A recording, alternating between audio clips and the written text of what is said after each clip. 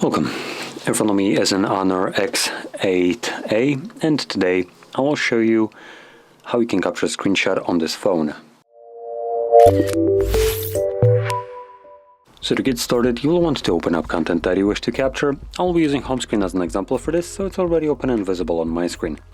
Now, once your content is ready, meaning visible on your screen, all you need to do is hold your power button and volume down at the same time. You'll have this sound along with a pop-up. It gives you two options: swipe up to share and swipe down to capture a scrollable screenshot, and after a moment it will disappear. There we go. Now once it disappears, you can find the actual screenshot in your gallery application. It should be visible under photos as the newest one if you have just captured it, but later on if you want to find it down the line, it might be easier to navigate to albums, screenshots, and here you'll have screenshots along with screen recordings. And here you can see, here's my screenshot. So there we go. Now, if you found this very helpful, don't forget to hit like, subscribe, and thanks for watching.